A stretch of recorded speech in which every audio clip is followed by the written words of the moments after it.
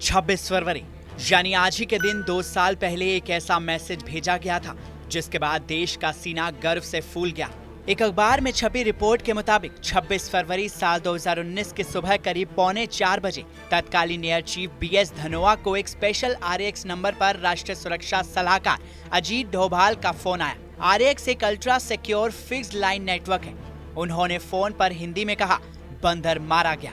धनोआ की ओर से बोले गए शब्दों का मैसेज साफ था कि पाकिस्तान के बालाकोट में जैश-ए-मोहम्मद के आतंकी कैंप को भारतीय लड़ाकू जेट ने सीमा पार तबाह कर दिया।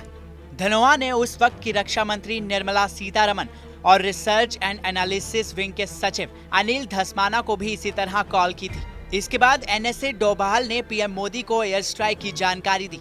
भारत ने ये एयर स्ट्राइक 14 फरवरी को 2019 को पुलवामा में जैश-ए-मोहम्मद की ओर से किए गए आतंकी हमले के बाद की थी।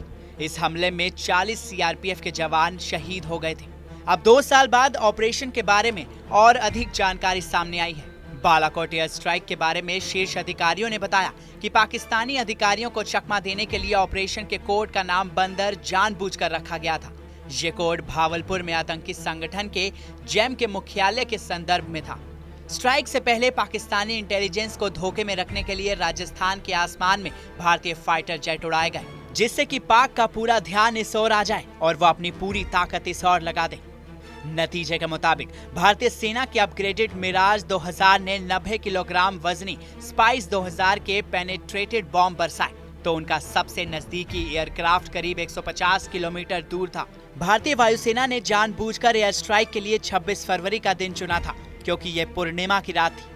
पीर पंजाल रेंज से नीचे उड़ते हुए पाकिस्तानी रडार को धोखा देने में भारतीय वायुसेना कामयाब रही। अधिकारियों के मुताबिक सभी 5 बमों को पाकिस्तान की 5 जगहों पर सुबह 3:30 बजे गिराया गया।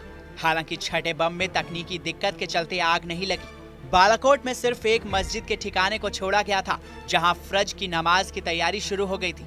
एयर स्ट्राइक के बाद सभी वरिष्ठ मंत्रियों, शीर्ष PMO अधिकारियों, कैबिनेट सचिव, गृह सचिव, विदेश सचिव, निदेशक इंटेलिजेंस ब्यूरो और तत्कालीन वायुसेना प्रमुख के साथ पीएम नरेंद्र मोदी की एक बैठक बुलाई गई थी।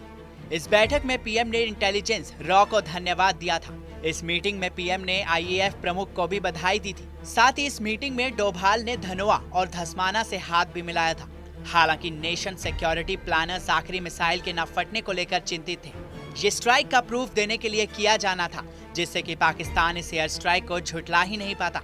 बालाकोट के कैंप में एक दिन पहले ही करीब 300 से ज्यादा आतंकी दिखाई दे रहे थे। बहरहाल हमारी इस खबर को लेकर आपकी राय क्या है? कमेंट सेक्शन में हमें जरूर बताएं। साथ ही देश और दुनिया की तमाम बड़ी खबरों के लिए सब्सक्राइब करें TV9 भारतवर्ष।